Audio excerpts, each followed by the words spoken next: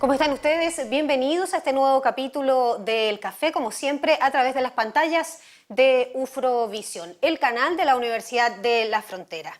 Hoy en este capítulo nos acompaña el abogado de la Universidad de Chile, Jaime López, quien también se desempeña desde el 2011 como abogado de la Defensoría Penal Mapuche. Él es también máster en Derecho Penal de la Universidad de Sevilla, tiene postítulos en San Diego, California, y además publicaciones en Argentina y México. Bienvenido, Jaime López, a El Café. Muchas gracias por la invitación. Jaime, queremos en esta conversación conocer un poco el trabajo de la Defensoría Penal Mapuche, la cual sabemos cumple un rol súper importante en esta región particularmente, y en ese sentido tú, desde tu experiencia, has estado en casos bastante emblemáticos que han tenido connotación nacional y también donde la Defensoría ha jugado un rol muy importante, sobre todo cuando hay absoluciones.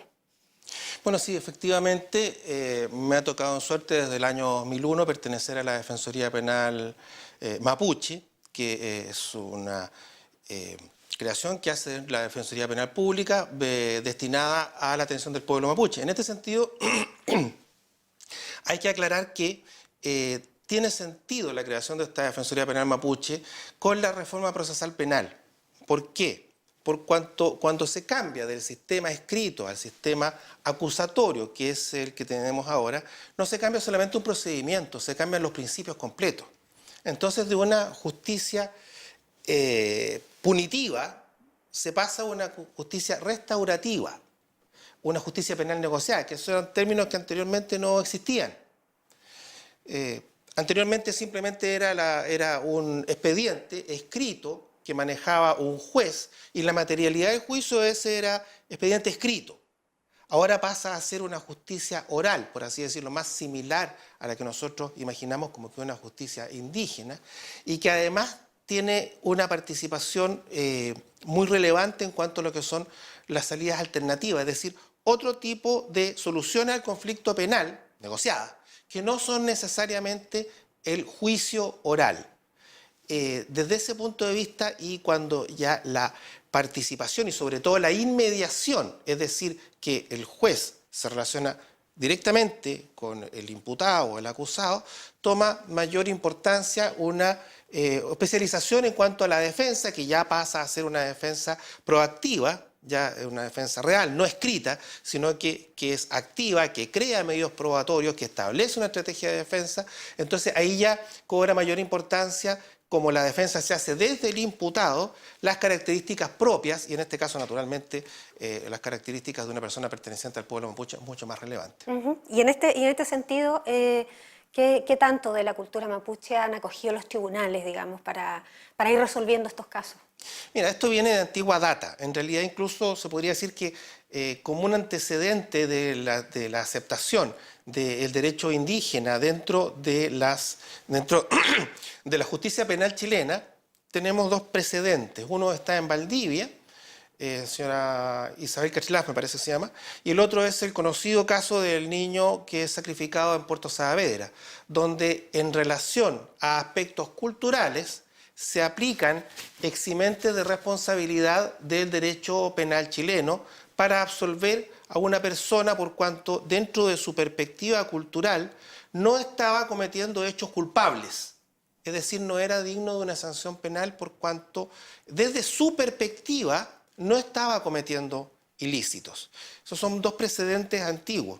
Posteriormente la ley indígena toma esto y lo hace un texto legal y dice que las circunstancias culturales pueden ser tomadas en cuenta para establecer atenuantes o eximentes de responsabilidad penal, que es lo que se había hecho anteriormente con los juicios que yo ya te he señalado, y ahora ya con un procedimiento que es oral, mucho más razón, porque el juez naturalmente tiene que tomar en consideración todas las circunstancias personales del imputado, por ejemplo, el tema de su cultura, su idioma, por ejemplo. La lengua, el mapuzungún es usado eventualmente en juicios o en audiencias. Efectivamente, al principio hubo una cierta resistencia, pero eso fue muy al comienzo solamente. Ahora los tribunales todos aceptan el uso de mapudungún y si una persona quiere expresarse en mapudungún se trae un facilitador y no hay ninguna dificultad de ello, nadie se opone. Ujú. Tú has participado en casos importantes como el Turbus, Polucopidenco, Bueno, ¿cuál otro más? Bueno, efectivamente me tocó participar en algunos procesos relevantes. El proceso, por ejemplo, de los Loncos y de Poluco-Pidenco. En el caso de los Loncos yo no llegué al juicio oral, participé en las audiencias preliminares. En Poluco-Pidenco fueron varios juicios, participé en 2 de esos juicios que posteriormente llegaron a la Corte Interamericana por varias instituciones que son relacionadas con la ley antiterrorista, los testigos secretos y varias instituciones que fueron puestas en tela de juicio y posteriormente se generó una sentencia de la Corte Interamericana en contra de los fallos condenatorios. Ujú. Y bueno, actualmente estuviste en la defensa de la Machi Francisca Linconao, caso que vamos a revisar más en detalle en este capítulo del café, pero antes de ir precisamente a ese tema más en profundidad, te quiero preguntar qué aspectos de ese caso en particular, considerando que en este caso era una Machi, que es una autoridad dentro del pueblo mapuche, fueron considerados, por ejemplo, en términos culturales, por los jueces.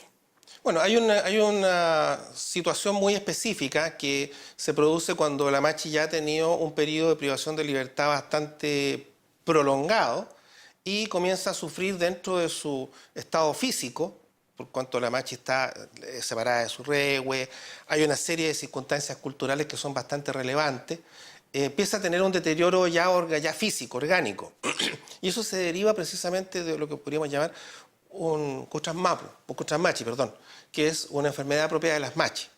Ahora, fue internada posteriormente en un centro hospitalario precisamente por la enfermedad, el deterioro físico que ella tenía, por resolución de un juez que se fundamentó en un diagnóstico de un Machi. Me explico. La defensa llevó el diagnóstico de un Machi, se acreditó que ese era un Machi reconocido por el Servicio de Salud de la Araucanía, que trabajaba, era un Machi reconocido, se acreditó a través de estudios antropológicos que ella tenía determinados padecimientos que eran propios de su cultura y el juez dispuso la internación en base a lo que sería el derecho indígena o más bien la cultura indígena.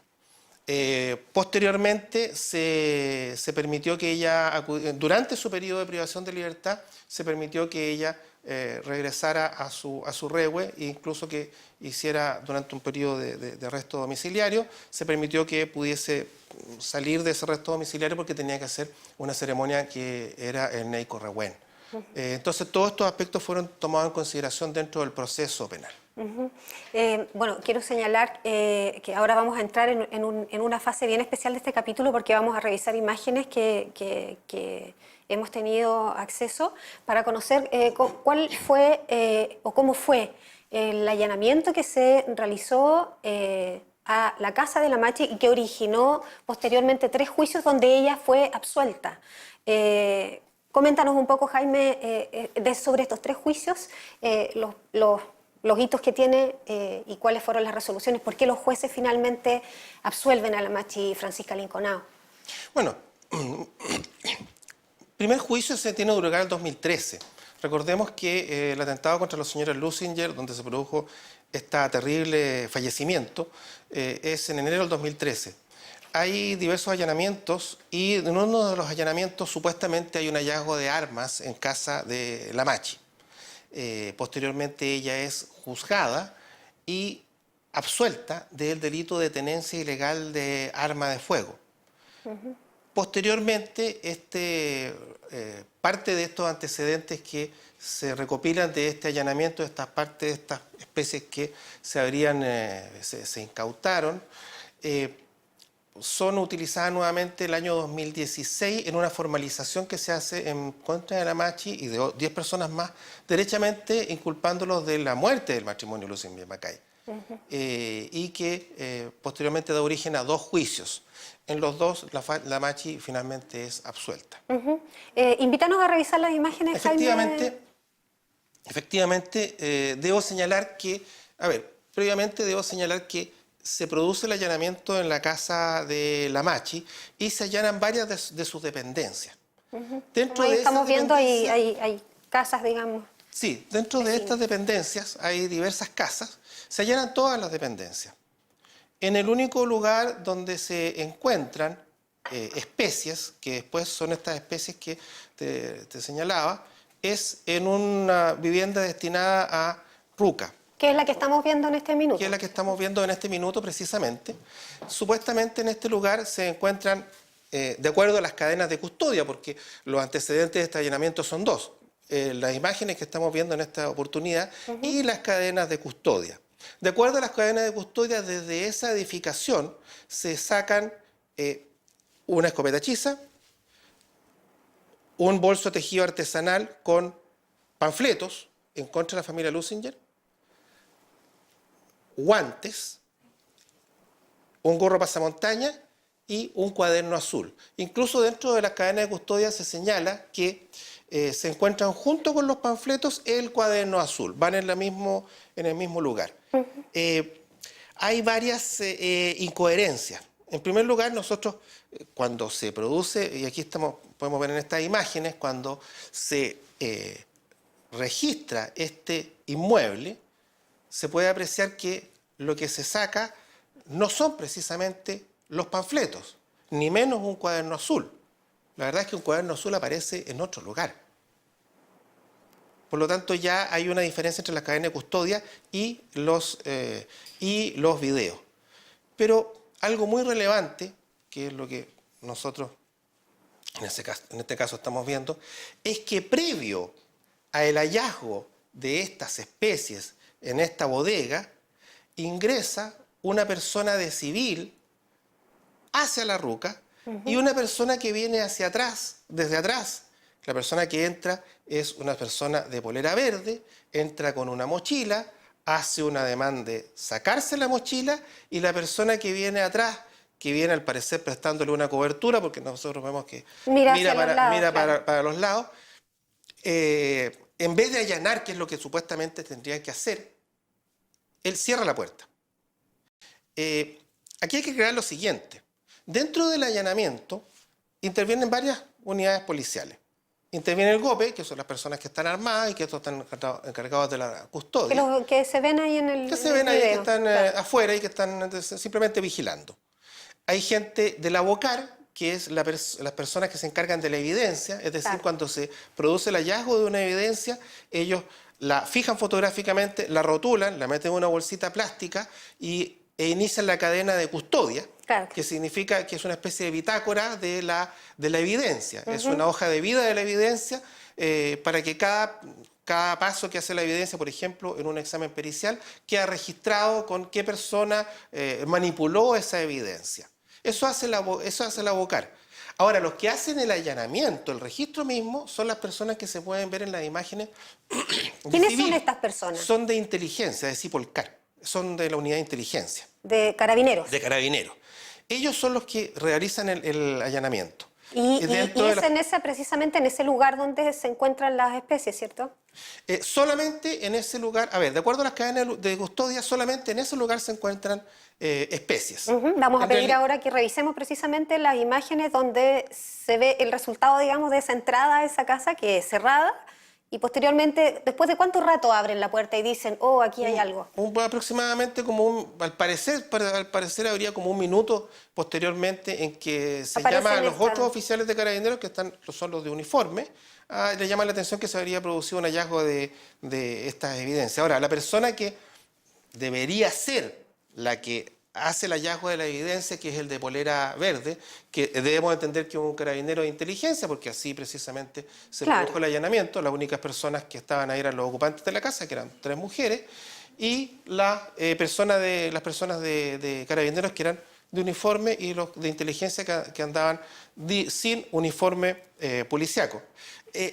La verdad es que es muy relevante este punto, por cuanto en la absolución del año 2013, el tribunal llama la atención que no se tiene la declaración de la persona que hace el hallazgo de la evidencia. No aparece. Entonces, es decir, esa persona que está con la mochila no se sabe quién es. Debemos suponer que es una persona de inteligencia de carabineros porque no había más personas. ¿Pero fue identificada? No fue identificado. En 3 juicios no se ha podido saber quién es esa persona de mochila verde. Solamente por descarte podríamos decir que no es otro de los oficiales que que aparecen ahí, que se tienen los nombres de dos al menos, dos o tres, pero de ese no se sabe quién sería esa persona. El de celeste tampoco sabemos qué persona es la que está ocupando ese puesto en ese minuto. Jaime, ¿y que ocurra esto? Es decir, que viene un carabinero, entra en un espacio físico, viene otro y cierra la puerta. ¿Es común que ocurra eso así como medio escondido o cómo tiene que ser un procedimiento? Mira, la verdad es que en el mismo procedimiento nosotros podemos ver un claro contraste. En las otras edificaciones de la casa, que se pueden ver en las imágenes, Carabineros deja las puertas abiertas y las personas que están en la casa circulan. De hecho, en algunas imágenes, por ejemplo, se puede ver un carabinero... Bueno, nadie más anda con mochila, al parecer. Parece que anda uno con un banano. Pero se puede ver, por ejemplo, que hay personas que entran... no recuerdo que... se ve personas que entran, que está registrando, un carabinero que está registrando un entretecho, y una de las sobrinas de la Machi está cerca, al lado. Y en realidad lo común es eso. Eso es lo que debería hacerse, de acuerdo al artículo 212 del Código Procesal Penal. En este caso eso no ocurrió. ¿Qué es lo que ocurre ahí? ¿Por qué no...? Ese es un punto que han llamado la atención tanto el fallo del 2013 como el fallo del año 2017. La diferencia que hay entre el allanamiento de las otras dependencias, que es un allanamiento, por así decir, como se debe hacer. Si nosotros... ¿Eso está amparado en la ley? ¿Es un derecho de la persona que es allanada en este caso? Completamente. Por así decir, si nosotros tomáramos, por así decir, como enseñar cómo se hace un allanamiento, es así como debe hacerse, con las personas de la casa presentes en el allanamiento. Lo que ocurre en la ruca es absolutamente irregular. Y nosotros, aquí podemos ver en algunas imágenes, ahí pido que por favor se eleve un poquito el volumen. Ya afuera, Conrado. Ya afuera de ahí.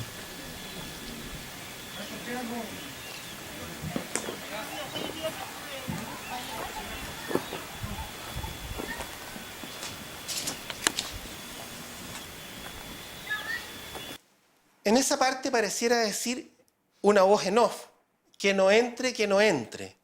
Y nosotros podemos apreciar posteriormente suponemos nosotros, porque no tenemos el nombre, carabinero de Cipolcar de Celeste, se cruza en el paso de una persona de polera blanca, que es la señora Juana, la hermana de la Machi Francisca, que se dirige a esa casa. Entonces, a diferencia de las otras casas donde quedan las puertas abiertas, las personas pueden entrar, no solamente aquí hay, por así decir, un descuido y no se cumple la norma, sino que expresamente hay una orden de una persona que desconocemos también quién es.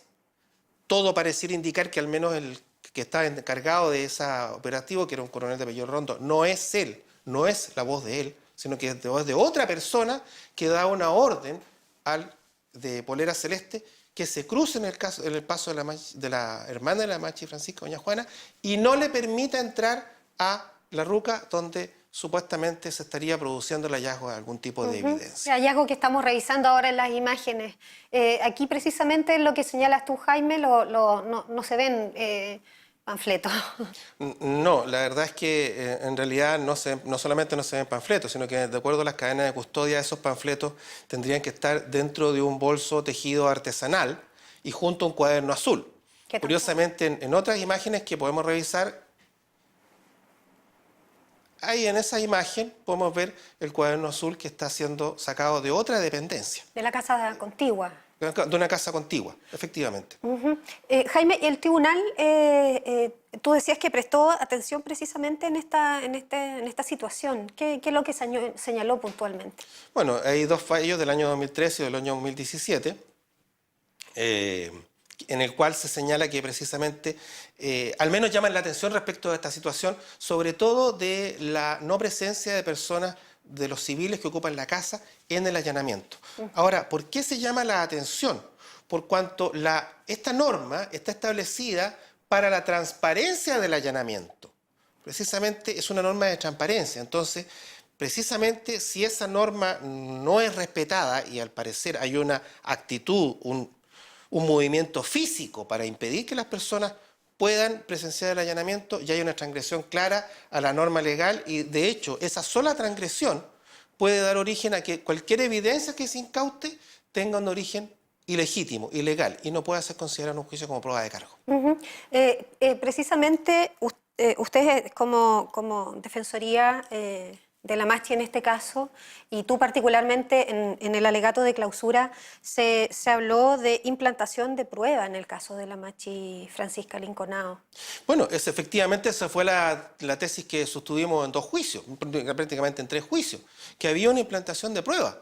Y curiosamente, si nosotros retrocedemos al fallo del año 2013, no dice el fallo del año 2013 que había implantación de prueba, pero por lo menos sí señala que le da credibilidad a las mujeres de la casa, que en este caso eran la Machi y su sobrina, cuando ellas declaran en el juicio y dicen que hicieron aseo en esa dependencia y no estaban esas especies. Incluso el tribunal dice que le va a dar credibilidad. No está diciendo que hay una implantación, pero al menos, por lo menos que antes no estaban esas especies no vamos a decir quién la puso, pero no estaban esas especies en ese lugar. Y nosotros lo que sostuvimos fue precisamente que esas especies habían sido implantadas. Ahora, naturalmente que la relación no podemos dejar de sostenerla. Nosotros tuvimos, el año 2013, la Fiscalía dijo que esas cosas no ocurren. ¿Ya? No es posible sostener eso. Pero posteriormente nosotros tuvimos el caso de Huracán, donde había precisamente efectivos de inteligencia de Carabineros que implantaron pruebas. Nosotros sostuvimos eso desde el año 2013, luego el año 2017. Lo volvimos a sostener. Y luego surgió el tema de Huracán, que en este minuto todos sabemos cuál es lo que está ocurriendo con Huracán. Que incluso más, se podría señalar que las personas que están formalizadas por...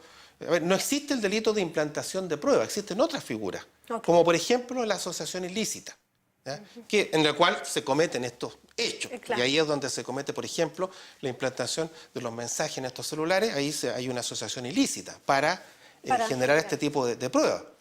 Y una de las características de este delito de la asociación ilícita son varias, pero las importantes son permanencia en el tiempo, organización y jerarquía.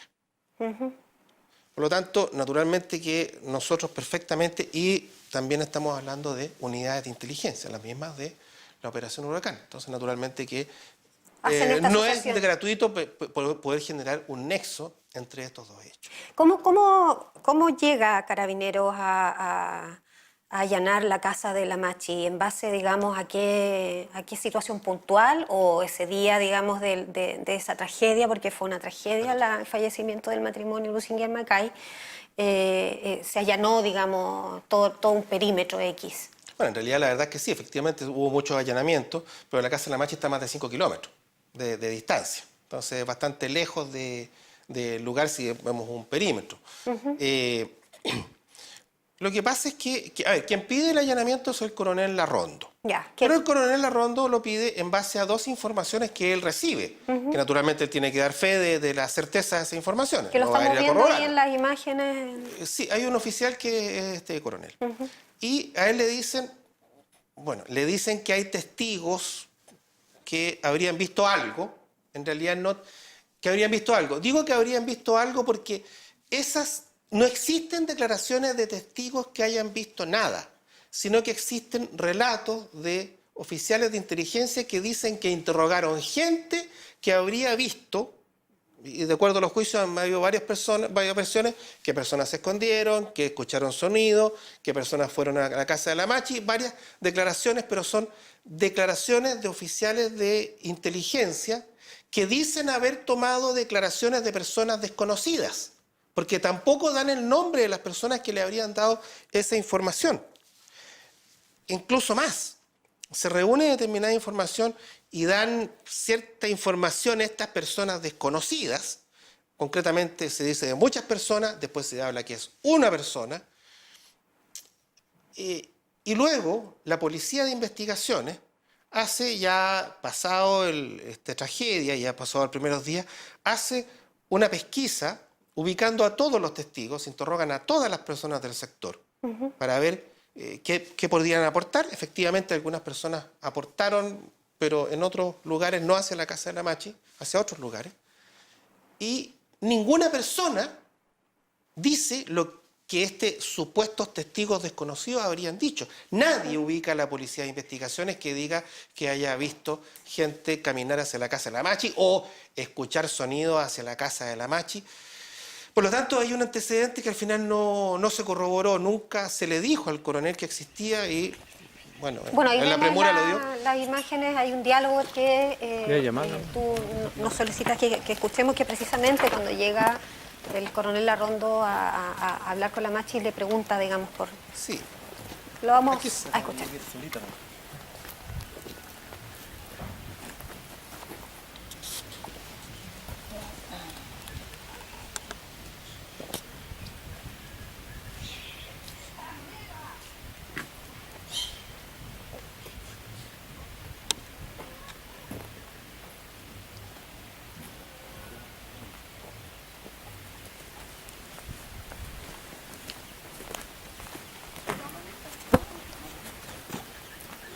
Ahora, ¿qué se le olvidó? Señora Francisca, ¿quién es la dueña de casa acá? Yo, ¿Usted es la dueña de casa? sí, ¿Y usted conocía a las personas que pueden andar? ¿Con quién más vive usted acá? yo Sí. vivo con mis hermanas y una sobrina y la guagua. Una hermana, la sobrina y la guagua. Sí, Ya, señora Francisca, por orden del fiscal la vamos a llevar detenida. a mí. Sí, a tribunal, para que nos acompañe, por favor. Vamos. Ya, ¿me va a llevar? Sí, la voy a llevar. Pero espérate, yo voy a hablar con mi abogado. Con mi abogado, ahí viene mi abogado. Sí, le vamos a pasar Pero teléfono. tranquila, hombre.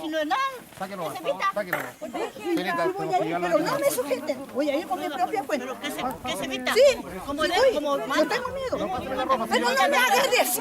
Vaya, aquí la espero. Sí, yo voy a ir caminando por mi propia cuenta. Sí, va a ir. Pero no me agarres si yo sé caminar. Eso, con el paquete hacer escándalo.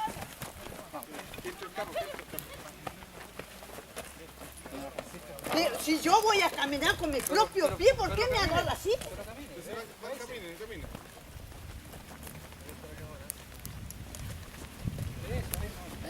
Pero le digo que me suelte.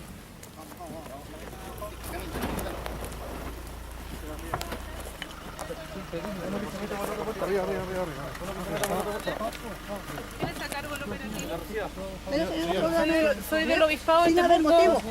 Nosotros somos, el abogado de ella viene en camino. ¿Quién está a cargo? ¿Me pueden hablar o no? Estoy enferma y además, mira señora, tome el A celular. ver, disculpe, ¿alguien me puede dar el quién está a cargo de acá? Vengo del obispado de Temuco. Tome el número. Esperen un poco, yo voy a esperar a mi abogado de la fundación. El abogado va a ir. ¿A dónde la van a llevar? Porque el abogado tiene que hablar con ella. Tú en la espalda, por favor. ¿Quién me puede.? ¿Cómo no va a haber nadie a cargo? Disculpe, mire, mi nombre es Soledad Molinegua Huichupura, soy de la Fundación. Vengo del obispado de Temuco. Déjalo nomás. La más Francisca, el abogado que. Las manos, las manos, las manos. Las manos, las manos. Bueno, aquí ya estamos viendo las imágenes cuando la Machi es sacada de su casa, digamos, de una Y manera... aquí, claro, precisamente lo que pasa es que posteriormente al allanamiento vuelve el coronel y vuelve ya con la orden de tomar la detenida por el hallazgo de estas armas, pero en realidad lo que se ve es que pregunta por las personas, es decir, todavía está pensando en que, de acuerdo a la información que le habían dado, supuestamente había personas ahí, naturalmente, y él concurre con ese grueso contingente policial, no allanado una casa con 3 mujeres, sino que a otro posible escenario.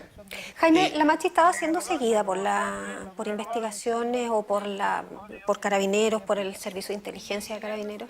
Mira, la única información que yo te podría dar respecto de ello es la declaración de uno de los oficiales de inteligencia que dice que la Machi era de interés criminalístico y de investigación desde un problema que tuvo el año 2008 con un vecino que es un señor de apellido Taladerí. Y en realidad, ahora, no tiene mucho sentido porque también en el juicio declaró el señor Taladerí y él dijo que efectivamente había tenido con la Machi un problema, pero de carácter judicial. Un conflicto civil entre vecinos, me parece que dijo él. O sea, no le dio una connotación, no le dio otra connotación más que un problema de carácter civil que había tenido con un vecino. Ahora, ¿cuál es Pero vinculación con No. la familia Lusinger en este caso había sido una vinculación incluso laboral o más cercana, por lo que se ha leído de las entrevistas que ella misma ha dado. Sí, lo cierto es que, a ver, eran vecinos. De hecho, la hermana de la Machi, Francisca Doña Juana, había trabajado con un señor Eduardo Lusinger muchos años. Después trabajó muchos años con el matrimonio Lusinger-Macay y posteriormente trabajó con otro señor de apellido Lusinger, el señor Rodolfo Lusinger.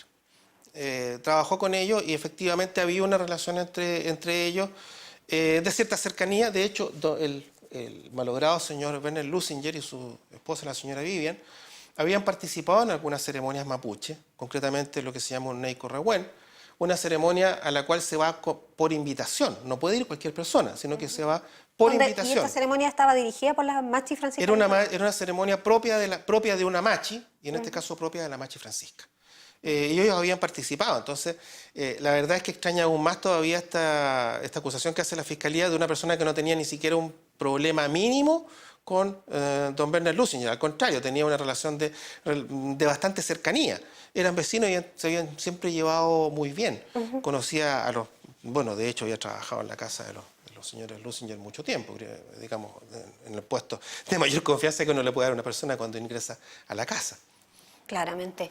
Este caso, el último que vimos, el último juicio, digamos, donde estuvo vinculada la Machi, que fue absuelta, lo tenemos que decir, reiterar en realidad, se utilizó el testimonio de una persona. ¿Es usual que ocurra en casos donde hay involucrados personas del pueblo mapuche, que baste, digamos, con una declaración de una sola persona que incrimine a un grupo tan importante como en este caso, que fueron 11? Mira, primero quiero contestarte algo que se me quedó en el tintero anteriormente. Cuando tú me preguntaste por qué se había dado este allanamiento, yo te señalé que había sido por la declaración de un testigo, de una persona que habría declarado, ¿ya? También había otro antecedente, y este es aún más curioso, porque se dice, dentro de los antecedentes que le dan al coronel para que él pida la orden de allanar, está que las huellas de huida llegaban a la casa de la Machi. Ya. Eso se le dice. Y resulta que después las huellas de huida llegaban a 1100 metros de la casa de la Machi, a un cerro, y entre esas supuestas huellas de huida y la casa de la Machi hay una quebrada. Es decir, la información que se le dio al coronel fue bastante incorrecta, por no decir completamente errada. Pero esa fue la información que se le dio al coronel para que él pidiera la orden de allanamiento. Te contesto lo otro que me está señalando. A ver, aquí la palabra clave es corroboración. ¿Se puede inculpar a una persona, un grupo de personas con el testimonio de tan solo un testigo? Sí, eventualmente se puede, pero en la medida que haya una corroboración. Vale decir que esa, en primer lugar, hay una corroboración con los demás medios probatorios, haya otros medios que corroboren, valga la redundancia, lo que está diciendo este testigo, y en un juicio oral, sobre todo, que el testigo declare. Porque en este caso, la declaración que hay en contra de la Machi es una declaración de un señor de apellido Peralino, que en el juicio oral no declaró, y en el Tribunal de Garantía dijo que no había declarado eso, que eso era mentira, que lo habían hecho firmar, lo que señaló en esa oportunidad, pero que no era cierto eso. En este caso, la verdad es que de una situación así es bastante inusual, o sea, que una persona se retracte y luego utilicen una declaración escrita, porque no olvidemos que cuando se produce la reforma procesal penal precisamente es para eso, para que los jueces puedan apreciar la prueba directamente. Claro. Y no por una lectura, porque que vaya un oficial de la PDI a decir, a mí me declararon esto, es prácticamente como que lo lea. La idea es que el juez pueda ver al testigo, verle la cara, hacerle preguntas, que los abogados defensores le hagan preguntas, que en el juicio pueda él responder si acaso coincide o no coincide con los demás medios probatorios, para que ese testimonio tenga validez para generar una sentencia condenatoria. Pero en las circunstancias en que se dio este testimonio, claramente no. Claramente, digamos, un testimonio así no puede generar una sentencia condenatoria. Estamos revisando el caso de la Machi Francisca Linconao con el abogado de la Defensoría Penal Mapuche, Jaime López, a quien también queremos dejar las pantallas del café para que pueda expresarnos los últimos, ya estamos llegando al final del capítulo, las últimas observaciones respecto de este caso. Puntualmente te quiero llevar al hecho de qué es lo que pasa con la gente que es privada de libertad en situaciones como el que ha vivido la Machi Francisca Linconao, absuelta 3 veces, que estuvo privada de libertad en unas medidas cautelares. ¿Qué es lo que pasa en el sistema judicial que se llega, digamos, a estas circunstancias? Mira, la verdad es que ningún sistema judicial va a ser perfecto en el sentido de solamente encarcelar a los culpables y no a los inocentes. Pero lo cierto es que tenemos una cifra oscura de al menos entre 2.500 y 3.000 personas todos los años que son sometidas a prisión preventiva y posteriormente no son condenadas. Vale decir, gente que estuvo en la cárcel por nada, por cuanto la persona es... A ver, hay un tema de que hay una presunción de inocencia.